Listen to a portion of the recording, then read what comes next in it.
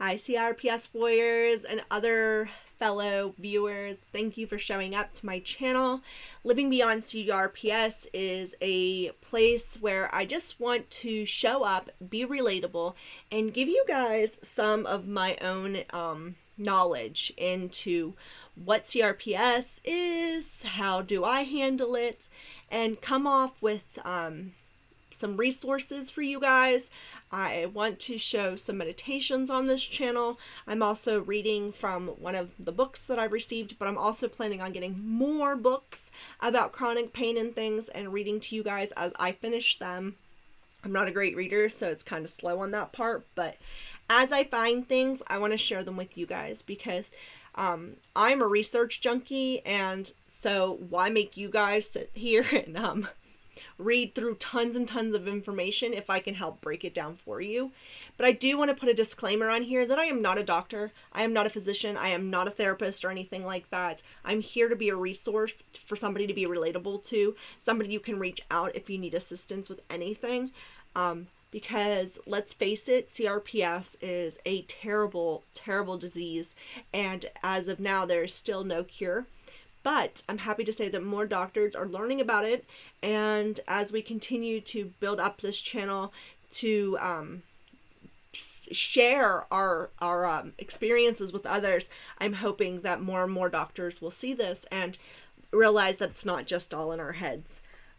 So today's update, I figured I'd come on here and just kind of spew and rant and just give you guys something to listen to, I guess. I don't honestly know.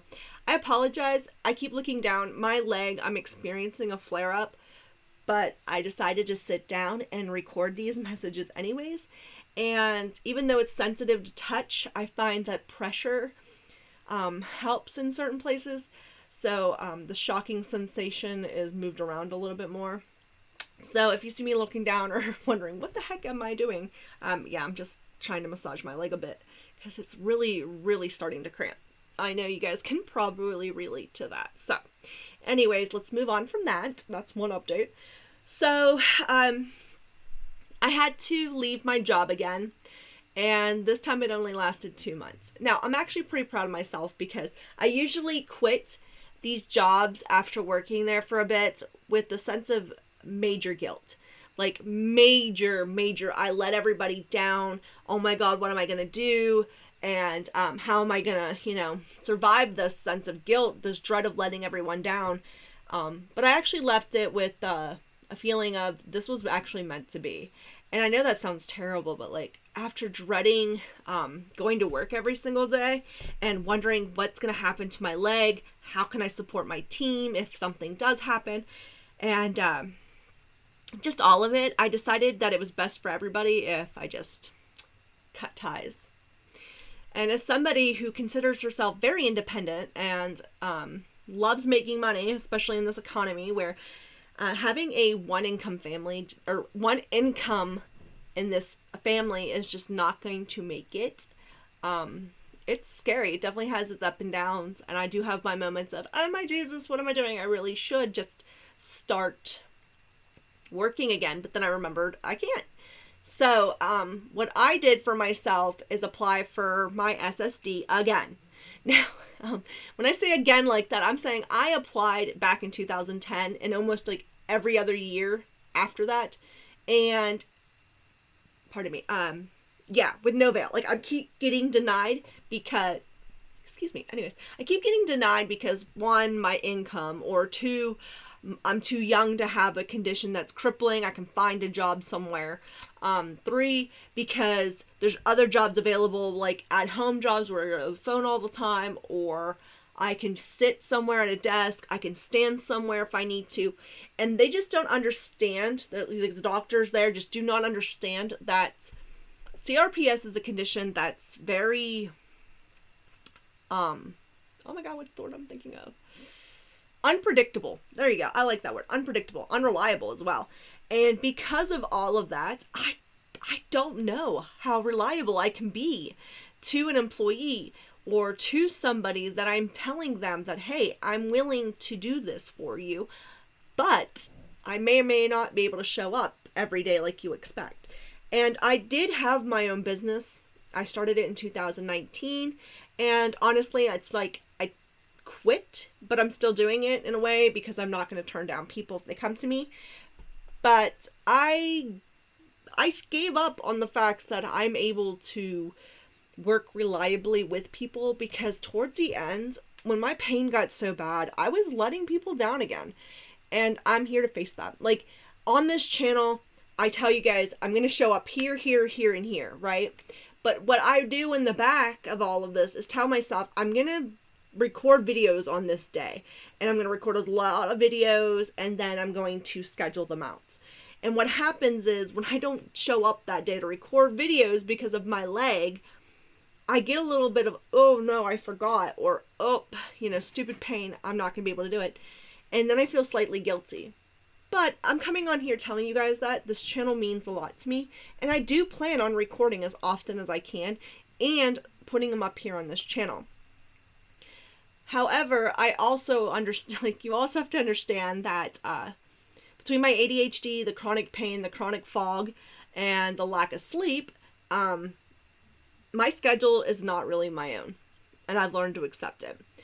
Today, I'm feeling a lot of pain, but I'm also feeling really energized. So I was like, I'm going to sit here, I'm going to do my recordings, I'm going to put them up, because you guys deserve this. But other days, it's just like, everything is beating me down, and I'm just going to have to deal with that, and I'll deal with this on another day. So last week, I planned on recording, but then everybody in my family decided to get sick. Yeah, we all suddenly had the stomach bug. So we're all sitting at home dealing with the stomach bug. And yeah, I'm just glad to say everybody's feeling better. But I don't know about you guys in chronic pain, but getting sick for us is like 10 times worse. Because I swear to God, like, every inch of my body was screaming at me. And as a mom, and I hate to say this because it's a bad way of thinking, I was not able to sit down. I had to take care of my 2 sick kids, and then I had to take care of my husband, who attempted to take care of me the best he could, but he was down for a count and sleeping most of the time. But it made everything worse, and I hate getting sick. But let's jump back to SSA, because I swear to God, if anybody knows the secret of getting around SSD, please tell me, because honestly, I'm getting kind of tired of it. So I recently got told that I had to cut my hours back. And I'm like, you know what? Instead of cutting my hours back, I actually had to quit. So then they were like, oh, you quit. Well, in that case, we have to do a whole other thing. And once we get you denied or approved for your working status, then we'll move you on to medical. And as soon as she said that my medical is yet to be approved, I had a sinking feeling that I was going to be denied. Because it's just one doctor looking at my files and determining through those words, through the language, that I can't handle working. And it's like, how can I convince you that I can't, And my caseworker is amazing, and I won't say her name, but she brought up a good point, and she said that basically what needs to happen is that my paperwork needs to get in front of somebody who has dealt with similar things, either have a family member or who's heard of it, or even experiences chronic pain themselves, right? And can basically empathize with what's written on the paper. I'm like, okay, that makes sense. Because in her words, and she used seizures, for example, a lot of people can have seizures, and some of them can't work. Like, they just can't. Medications don't work for them. Nothing helps. They cannot work. So they're considered disabled by government words, right? And then there are people that have seizures that can work because they're able to go on medications that help take care of their seizures. They are able to go through physical therapies and stuff and have great outcomes and able to work, right? So basically, the person on the other end of this file has to look at this paperwork and go, okay, CRPS, how many of these people can work? How many people are being treated and medicated and working, right? And how many of these people are being treated, medicated, and not able to work? And then look at my case and go, oh, she's not even being medicated, she's not even being treated, and she has CRPS, and she's not working. So basically, I have to find somebody who can see that I've tried multiple times to keep working, and that it's not working out. And it's not because I don't want to work, because in this economy we kind of need to, and I love seeing people, but it's because I physically cannot, because the stress of going to work mentally breaks me into a point where it makes the pain so much worse. And if you know what I'm talking about, feel free to put it in the comments below. Like, honestly, I think those days where I'm like, okay, I'm in a lot of pain, but do I still go to work? Do I not go to work? If I do go to work, then there's a possibility that my coworkers have to take care of me, pick up my slack. So if I don't go to work, they'll be able to find somebody to replace me. But if they don't find somebody to replace me, then my bad, right?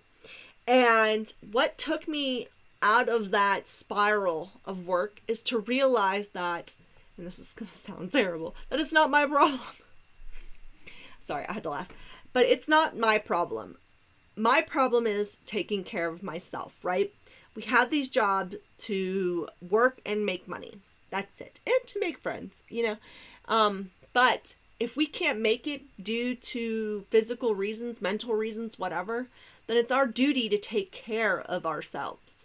Now, the guilt of still letting people down and stuff does get to me, but it's a different way of looking at it now that goes, okay, you're a manager, somebody just called off, do what you need to do to fix that.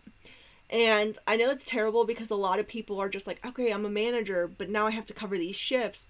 That's a lot of pressure. And I feel terrible about that part, but it's like, you wanted to be the manager, That's why I'm not the manager. But anyways, yeah, so that's the update on that. And I was looking into SSA or SSD, and they were talking about retro pay. Now, I first applied in 2010. When I got the forms in, they said my retro pay would be 2019, because that is when I had to stop working again. The second, fourth, fifth, 19th time, who knows. Anyways, but I stopped working for good. I changed my mind entirely, saying this is not going to happen. And I allowed myself to fill out this paperwork with the intention of never going back to work. I was denied. And so when I applied again, it was basically my family needed me to go back to work. So I did, because my doctors that I had didn't necessarily promise me, but gave me hope that I would have a cure very shortly, or at least solutions, to my CRPS. So that I was thinking to myself, okay, a few months of pain and then I'll have some relief. So I put up with it, right? When I told them I no longer worked at SSG, they came back and told me that my onset date, my date of being disabled, is probably going to change to the day I stopped working again. And I don't understand that at all. And I'm not mad because I wanted more money or whatever. It's just this idea that my onset date was 2010. You people just decided that I was not medically disabled enough for you guys. Like, how are you to decide that my CRPS was only on this date? And part of me understands, okay, because it's like they're looking at it in the sense that in their eyes, I was able to work. So by definition of SSD, I was working. Like, I was capable of working, and now I'm not capable of working. And because I'm no longer capable of working, that's when my onset date started. So I might have had CRPS for however long. My onset date is the day that I stopped being able to work. Yeah, go figure. So if you're somebody out there and you're just starting to experience CRPS or chronic pain of any sorts, remember this. If you are incapable of working, your best bet is to not try. Like, honestly, like, I know that sounds terrible, but the system is, like, not in our favor, okay? Not in our favor. So that's my rant. That's my update. I appreciate you guys sitting here listening to me with that update. And if you guys haven't seen the last chapter of the book that I wanted to read, Why Are My Nerves So Sensitive? Go ahead and check that out. I did read a couple of other pages or chapters from that book. I will link it in the description below so you guys can see that. But I also wanted to tell you about a new exciting project that I am working on. I started a Twitch channel, and the reason I started this Twitch channel is to spread more CRP awareness. And this Twitch channel is going to be my art channel. I am very creative. I love art, and I'm basically doing something creative all the time. So I figured, why not start a channel, sell some of my artwork, and hopes to raise money for the CRPS Warrior Foundation. And I'm super excited about this because even though I'm just starting off, I have a great feeling that this will spread more awareness because we are taking it to another platform. And it will also help raise money, hopefully, to both support my family and other CPRS warrior families. So if you guys want to check that out, I will put my link in the description as well. It is called What a Wonderful Place to Art. I love the name. I was thinking what a wonderful world when I came up with the name. But yeah, I'm just trying to remember that, you know. We're living beyond our CPRS. And I appreciate you guys coming today. Just hang in there, my CRPS warriors.